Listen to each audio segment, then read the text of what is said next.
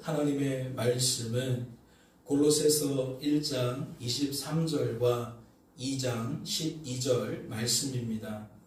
우리 다 함께 큰 목소리로 봉독하도록 하겠습니다. 봉독합니다. 만일 너희가 믿음에 거하고 터 위에 굳게 서서 너희 들은 바 복음의 소망에서 흔들리지 아니하면 그리하리라. 너희가 세례로 그리스도와 함께 장사되고 또 죽은 자들 가운데서 그를 일으키신 하나님의 역사를 믿음으로 말미암아 그 안에서 함께 일으키심을 받았느니라. 아멘. 오늘은 복음의 소망에서 흔들리지 아니하면 이라는 제목으로 말씀을 나누고자 합니다. 말씀을 보실까요? 이와 같이 우리와 함께 종된 사랑하는 에바브라에게 너희가 배웠나니 그는 너희를 위한 그리스도의 신실한 일꾼이요 성령 안에서 너희 사랑을 우리에게 알린 자니라. 말씀을 통해 무엇을 알 수 있습니까?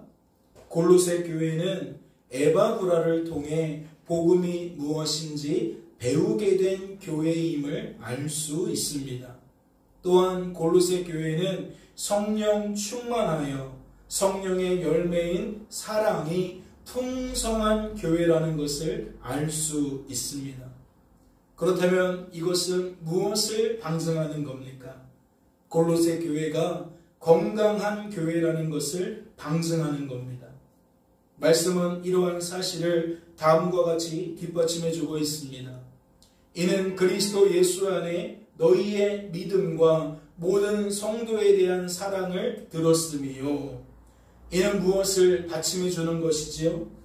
골로새 교회는 하나님의 사랑과 이웃 사랑이 조화를 이루는 건강한 교회라는 것을 뒷받침해 주는 겁니다.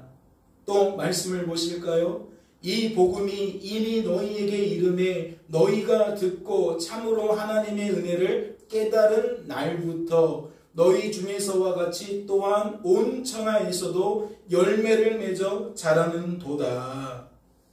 이는 무엇을 뒷받침해 주는 겁니까? 골로새 교회는 복음을 듣고 하나님의 은혜를 깨달은 날부터 무엇하기 시작했다? 복음의 열매를 맺기 시작했다. 그리고 그 날로부터 계속해서 그 복음의 열매를 계속 맺었다. 계속해서 믿음이 자라났다. 그러한 건강한 교회다라는 것을 뒷받침해 주는 겁니다. 그런데 하나님께서는 사도 바울을 통해 그러한 교회를 향해 다시금 복음이 무엇인지 듣게 만드셨습니다. 다시금 복음이 무엇인지 배우게 만드셨다는 거예요. 말씀을 보세요. 그가 우리를 흑암의 권세에서 건져내사 그의 사랑의 아들의 나라로 옮기셨으니 그 아들 안에서 우리가 속량 곧 죄사함을 얻었도다. 이는 무엇을 강조한 겁니까? 우리 구주 예수 그리스도가 하나님께서 보내신 메시아라는 것을 강조하는 겁니다. 예수님은 범죄한 우리들의 죄에서 구원하시기 위해 하나님께서 보내주신 분이라는 거지요. 또한 성도된 우리들은 메시아이신 예수님 때문에 어떠한 변화를 누리게 되었는지 강조하고 있는 겁니다. 말씀은 우리가 어떠한 변화를 누리게 되었다라고 말하죠. 성도된 우리들은, 교회의 일원이 된 우리들은 메시아이신 예수님 때문에 이미 속량을 받았다는 거예요. 즉 죄에서 사함을 받았다는 거지요. 그래서 우리의 처소가 영원한 멸망의 자리에서 영원한 생명의 자리로, 즉 아들의 나라, 하나님의 나라로 이미 옮겨졌다는 거예요. 우리의 신분이 달라졌다는 것이고 우리가 거주하는 우리의 소속, 우리의 본향이 달라졌다는 거예요. 이어지는 말씀도 볼까요? 그는 보이지 않는 하나님의 형상이시요 모든 피조물보다 먼저 나신 이시니 만물이 그에게서 창조되되 하늘과 땅에서 보이는 것들과 보이지 않는 것들과 혹은 왕권들이나 주권들이나 통치자들이나 권세들이나 만물이 다 그로 말미암고 그를 위하여 창조되었고 또한 그가 만물보다 먼저 계시고 만물이 그 안에 함께 섰느니라. 이는 무엇을 강조한 거죠? 예수님께서 하나님이시라는 것을 강조한 겁니다. 성자 하나님이신 예수님은 성부 하나님과 동등한 하나님이라는 거죠. 동일한 하나님이라는 겁니다. 말씀은 무엇을 통해 이것을 강조했습니까? 하나님의 대표적인 사역인 창조 사역을 통해 강조하셨습니다. 창조에 관련된 이야기를 정리해보면 이래요. 만물이 다 그로 말미암았다. 즉 하나님이신 예수님으로 말미암았다. 또한 그를 위하여 창조되었다. 모든 만물은 예수님을 통해 창조되었고 예수님을 위해 창조되었다는 거예요.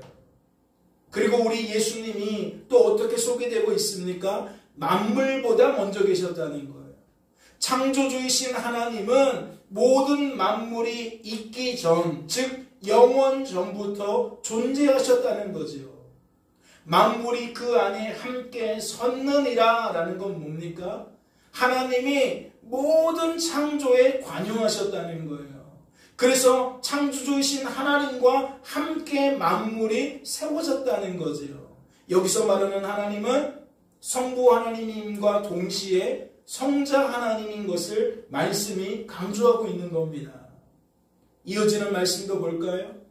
그는 몸인 교회의 머리시라 그가 근본이시여 죽은 자들 가운데서 먼저 나신 이시니 이는 친히 만물의 으뜸이 되려 하심이요 아버지께서는 모든 충만으로 예수 안에 거하게 하시고 그의 십자가의 피로 화평을 이루사 만물고 땅에 있는 것들이나 하늘에 있는 것들이 그로 말미암아 자기와 화목하게 되기를 기뻐하심이라. 전에 악한 행실로 멀리 떠나 마음으로 원수가 되었던 너희를 이제는 그의 육체의 죽음으로 말미암아 화목하게 하사 너희를 거룩하고 흠없고 책망할 것이 없는 자로 그 앞에 세우고자 하셨으니.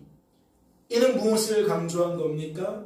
성부, 성자, 성령, 삼위일체이신 하나님의 구원 계획 속에서 성자 하나님이신 예수님께서 어떠한 사역을 감당하셨는지, 무엇 때문에 그 사역을 감당하셨는지, 그 사역의 결과가 무엇인지 강조하는 겁니다.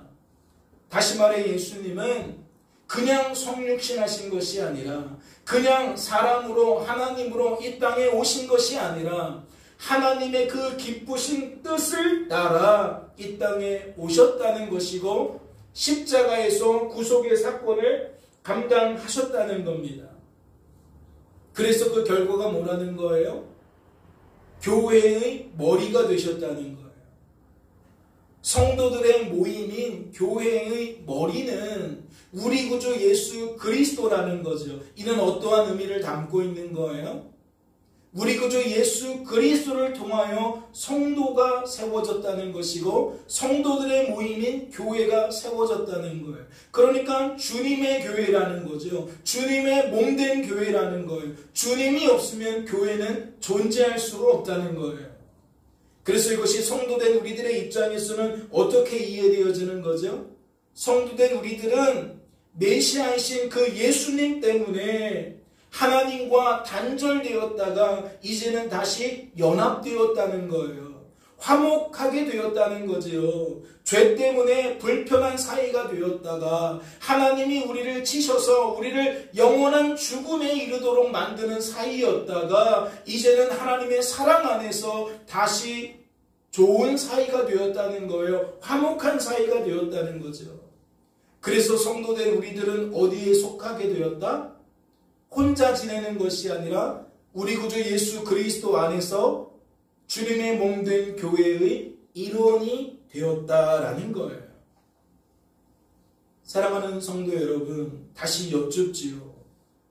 이는 무엇 때문일까요? 하나님께서 이렇듯 사도 바울을 통해 다시금 복음을 듣게 하신, 다시금 복음을 배우게 하신 이유가 과연 무엇이겠냐는 겁니다. 말씀은 그 이유를 이렇게 소개하고 있어요. 누가 철학과 헛된 속임수로 너희를 사로잡을까 주의하라. 이것은 사람의 전통과 세상의 초등학문을 따름이요 그리스도를 따름이 아니니라. 만일 너희가 믿음에 거하고 터 위에 굳게 서서 너희 들은 바 복음의 소망에서 흔들리지 아니하면 그리하리라. 무엇 때문인 것 같으세요?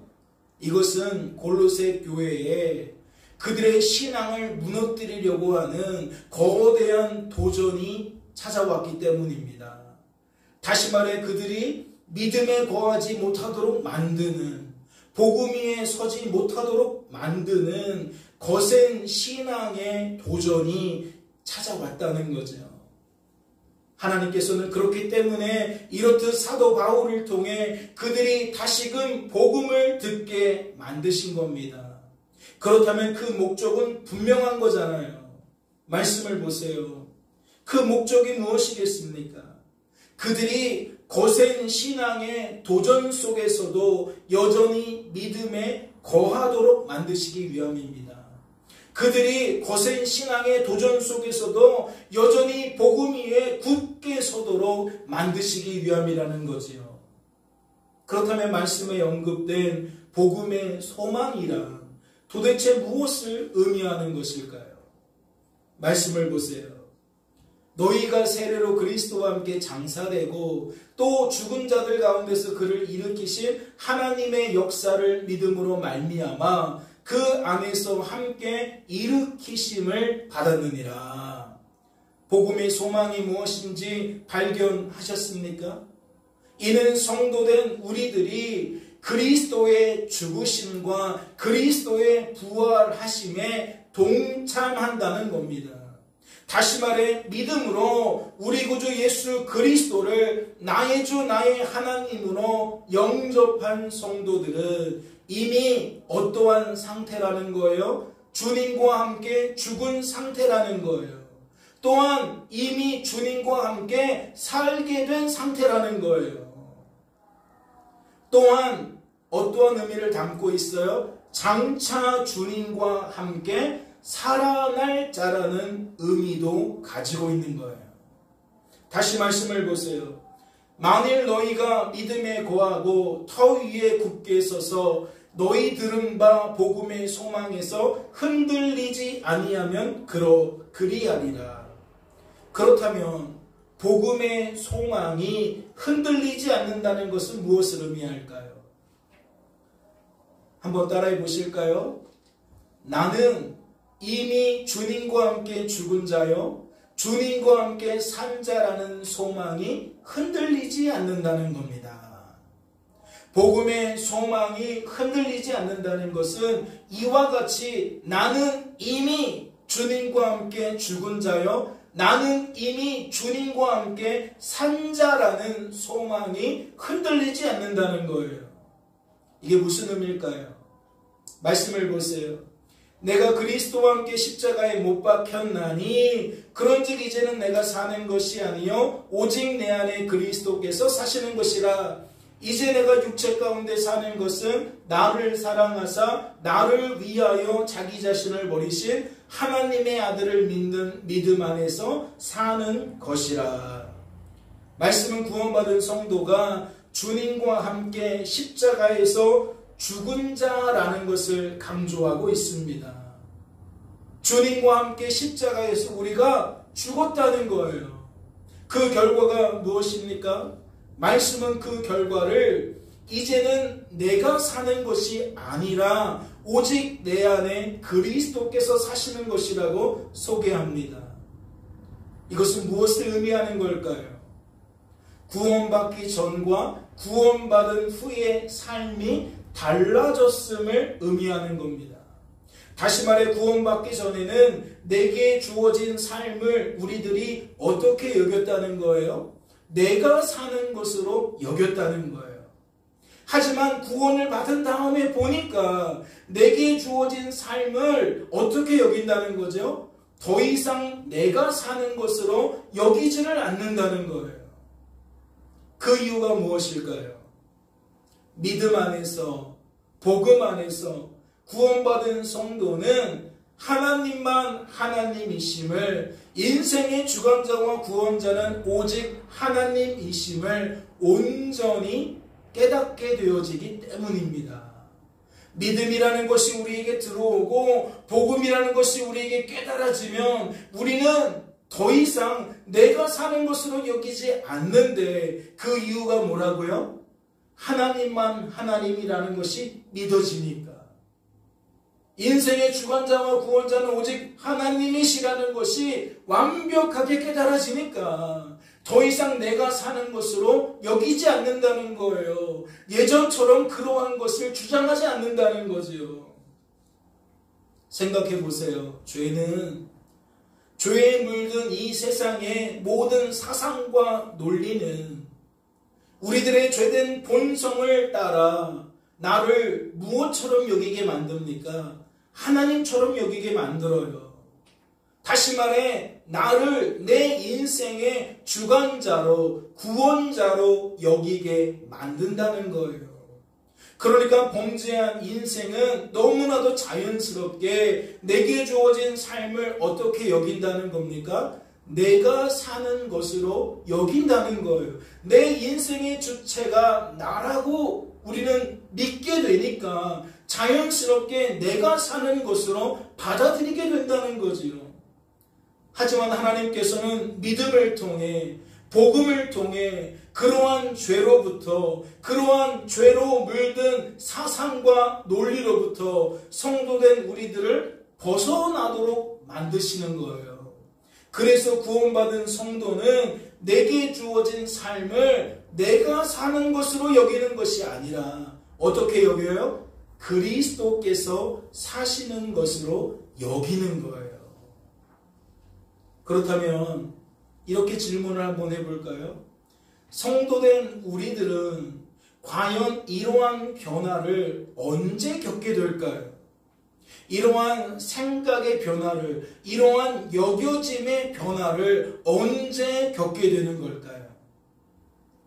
이는 하나님의 그 기쁘신 뜻을 따라 우리 구주 예수 그리스도를 나의 주, 나의 하나님으로 영접하게 되는 그 순간에 우리들은 즉시 이러한 변화를 겪게 되는 거예요. 그러니까 복음이라는 것이, 믿음이라는 것이 우리 안에 들어와서 우리 안에서 역사하면, 그 능력을 나타내면 우리들은 그 즉시 어떠한 변화를 겪게 된다? 아, 내가 사는 것으로 여겼는데 그거는 착각이었구나. 우리들은 하나님 때문에 사는 존재구나. 하나님에 의해서 사는 존재구나. 맞아, 그리스도가 사시는 삶이야 라고 즉시 변화를 겪게 된다는 거죠. 다시 말해 인생의 주관자여 구원자이신 하나님께서 저와 여러분을 성도로 세워주실 때에 우리들은 즉시 이러한 변화를 겪게 된다는 겁니다. 그렇다면 또 질문 드릴 게 있어요. 이러한 변화를 겪기 위해 추가적으로 필요한 것은 없을까요? 이러한 변화를 겪으려면 무언가 믿음과 복음 위에 무엇 더해져야 되지 않냐는 거예요. 믿음과 복음으로는 조금 부족하니까 거기에 무언가가 더해져야 이러한 변화가 나타나는 거 아니냐는 거죠. 어때요? 예, 아무것도 필요하지 않습니다. 죄로 물든 사상과 논리는 인생을 내가 사는 것으로 여기기 때문에 하나님이 주시는 믿음과 하나님이 주시는 복음의 은혜와 능력 위에 나의 무언가가 더해져야 된다라는 기본적인 생각을 자꾸만 심어줘요. 그래서 많은 사람들이 혼동하게 되고 헷갈리게 됩니다. 믿음이면 족한데, 복음의 은혜면, 복음의 능력이면 족한데, 자꾸만 우리가 또 무언가를 더해야만 우리가 이러한 변화를 겪게 된다라고 그렇게 받아들일 때가 많다는 거지요. 오늘 확실히 깨달으시기를 바랍니다. 결코 아무것도 필요하지 않습니다. 하나님이면 족한 거예요. 하나님이 주시는 믿음이면 족한 것이고 하나님이 부어주시는 복음의 은혜이면 충분한 겁니다. 그렇다면 이 말씀의 의미는 무엇일까요? 누가 철학과 헛된 속임수로 너희를 사로잡을까 주의하라. 이것은 사람의 전통과 세상의 초등학문을 따름이요 그리스도를 따름이 아니니라. 앞서도 살펴봤지만 골로새 교회는 건강한 교회였어요.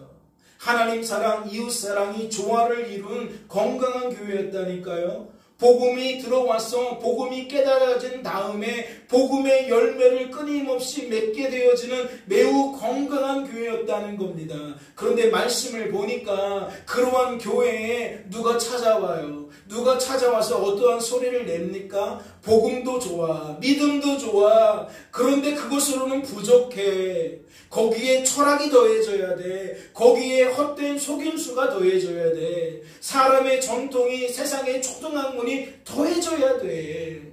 라고 자꾸만 옆에 와서 뱀이 하와를 미혹하는 것처럼 자꾸만 미혹하는 소리를 낸다는 거예요. 그러니까 지금 말씀에 소개되어져 있는 철학과 속임수와 전통과 학문은 모두 무엇을 뒤집는다는 거죠? 믿음의 도를 뒤집는다는 거예요. 다시 말해 복음 위에 무언가를 추가하려고 시도한다는 거죠. 복음의 은혜를 변질시키려는 시도라는 거예요. 그렇다면 나는 이미 주님과 함께 죽은 자요, 주님과 함께 산 자라는 소망이 흔들리지 않는다는 것은 무엇을 의미할까요? 상황이 이와 같은데 과연 이 의미는 무엇이겠냐는 거예요. 이는 다른 게 아니라 구원받은 성도가 날마다 순전한 믿음과 복음 위에 굳게 서는 것을 의미합니다. 다시 말해 하나님만 하나님이시라는 거, 인생의 주관자와 구원자는 오직 하나님이시라는 거, 날마다 깨닫고 인정하고 고백하며 사는 것이 흔들리지 않는 삶이라는 거지요. 누가 찾아와서 너 지금 이것도 해야 돼, 저것도 해야 돼 라고 했을 때에 우리의 죄된 본성은 자꾸 거기에 이끌려가요. 그러니까 뭔가 하나님의 은혜로는 내가 부족한 것 같아요. 내가 무언가를 더해야 될 것 같단 말이죠. 그런데 흔들리지 않는다는 건 무엇이냐? 그러한 소리에 우리가 마음을 빼앗기지 않는 것이라는 거예요. 이 세상은 죄로 물든 세상이기 때문에 모든 통로가, 모든 채널이 우리에게 무엇을 압박하느냐? 야, 인생은 내가 사는 거잖아. 너 지금 이렇게 가면 너 도태된다. 너 망한다. 결과가 좋지 않다. 네가 원하는 걸 얻을 수 없다. 그러니까 우리에게 자꾸만 무엇을 요구해요? 이렇게 하라고 저렇게 하라고 자꾸 무언가를 요구한단 말이에요. 하지만 흔들리지 않는다는 건 아니야. 그렇지 않아. 내가 사는 인생이 아니라 내 안에 그리스도께서 사시는 인생이야 라고 정신을 차리고 늘 복음 안에 있는 것을 흔들리지 않는다라고 말씀이 소개하고 있다는 거지요. 깨닫는 은혜가 있으시기를 주님의 이름으로 소망합니다. 둘째, 또 한번 읽어볼까요? 나는 장차 주님과 함께 살아날 자라는 소망이 흔들리지 않는다는 겁니다. 무엇이 달라졌죠? 아까는 주님과 함께 산 자라는 거였고 이번에는 어떻게 달라졌어요? 살아날 자라고 달라졌어요. 이건 무엇을 차이를 내는 걸까요? 말씀을 보세요. 그리스도께서 죽은 자 가운데서 다시 살아나셨다 전파되었거늘 너희 중에서 어떤 사람들은 어찌하여 죽은 자 가운데서 부활이 없다 하느냐. 만일 죽은 자의 부활이 없으면 그리스도도 다시 살아나지 못하셨으리라. 그리스도께서 만일 다시 살아나지 못하셨으면 우리가 전파하는 것도 헛것이요 또 너희 믿음도 헛것이며 또 우리가 하나님의 거짓 증인으로 발견되리니 우리가 하나님이 그리스도를 다시 살리셨다고 증언하였습니다. 만일 죽은 자가 다시 살아나는 일이 없으면 하나님이 그리스도를 다시 살리지 아니하셨으리라. 만일 죽은 자가 살아나는 일이 없으면 그리스도도 다시 살아나시는 일이 없었을 터이요 그리스도께서 다시 살아나신 일이 없으면 너희의 믿음도 헛되고 너희가 여전히 죄 가운데 있을 것이요 또한 그리스도 안에서 잠자는 자도 망하였으리니 만일 그리스도 안에서 우리가 바라는 것이 다만 이 세상의 삶뿐이면 모든 사람 가운데 우리가 더욱 불쌍한 자이리라. 그러나 이제 그리스도께서 죽은 자 가운데서 다시 살아나사 잠자는 자들의 첫 열매가 되셨도다. 사망이 한 사람으로 말미암았으니 죽은 자의 부활도 한 사람으로 말미암는도다. 아담 안에서 모든 사람이 죽은 것 같이 그리스도 안에서 모든 사람이 삶을 얻으리라. 여기서 말하는 삶은 죽음의 반대적인 개념으로서 생명을 얻으리라 라는 거예요. 말씀을 통해 무엇을 깨닫게 되시죠? 기독교 신앙에서 부활이 차지하는 비중이 너무나도 크다는 것을 깨닫게 되십니까? 메시아인 우리 구주 예수 그리스도께서 우리들의 죄에서 구원하시기 위해 십자가에서 죽으신 사건만큼이나 장사한 지 사흘 만에 다시 살아나신 것이 얼마나 중요한 것인지 깨닫게 되시냐는 거예요. 우리들이 앞서 살펴본 주님과 함께 죽은 자요 주님과 함께 산 자라는 개념 속에서 그 산자라는 의미는 성도된 우리들이 거듭났다는 것을 강조하는 거예요. 예전과 달라졌다. 이제는 하나님과 화목하게 되었다. 우리의 존재됨이 변화되었다라는 것을 강조한다는 거죠. 그런데 지금 우리들이 살펴보고 있는 두 번째 개념, 즉 주님과 함께 살아날 자라는 개념 속에서 살아날 자라는 것은 성도된 우리들의 부활을 강조하는 거예요. 다시 말해 앞서 살펴본 개념은 영적으로 죽은 자가 다시 살아나는 것을 의미한다면 지금 우리가 살펴보고 있는 것은 육체적으로 죽었다가 다시 살아나는 것을 의미한다는 거죠. 말씀을 보세요. 또한 그리스도 안에서 잠자는 자도 망하였으리라. 만약 부활이 없다면 잠자는 자가 망했다라고 설명하고 있는 거예요. 그렇다면 이 잠자는 자라는 것은 무엇을 의미할까요? 이는 그리스도 안에서, 즉 믿음 안에서, 복음 안에서 구원받은 성도가 육체적으로 죽은 상태를 의미하는 겁니다.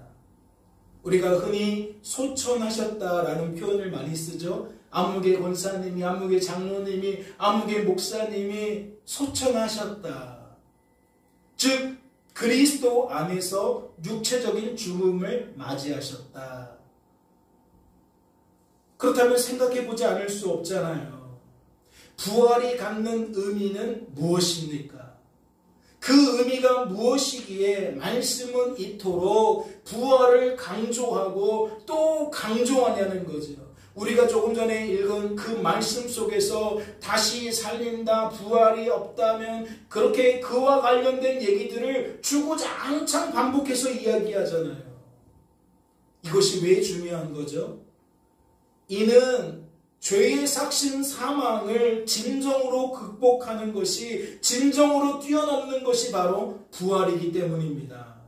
다시 말해 우리들의 죄에서 구원받는다면 그 의미의 최종적인 결과는 결국 영원한 죽음을 정복하는 부활에 있다는 거예요. 성도된 우리들이 그리스도 안에서 영원한 생명을 누리는 데 있다는 거지요. 영생을 누리는 것에 있다는 있다는 겁니다. 말씀을 보세요. 그리스도께서 만일 다시 살아나지 못하셨으면 우리가 전파하는 것도 헛것이다. 복음 자체가 의미가 없다는 거예요. 또 너희 믿음도 헛것이다. 너희도 기독교를 잘못 믿은 거라는 거죠. 기독교 믿을 필요 없다는 거예요. 굳이. 또 19절을 보세요. 만일 그리스도 안에서 우리가 바라는 것이 다만 이 세상의 삶뿐이면 모든 사람 가운데 우리가 더욱 불쌍한 자이니라. 언젠가 설교했죠. 이방 여인이 예수님께 나아가서 우리 딸 좀 고쳐주세요. 귀신 들렸어요. 고쳐주세요. 라고 했을 때 예수님이 뭐라 그랬어요?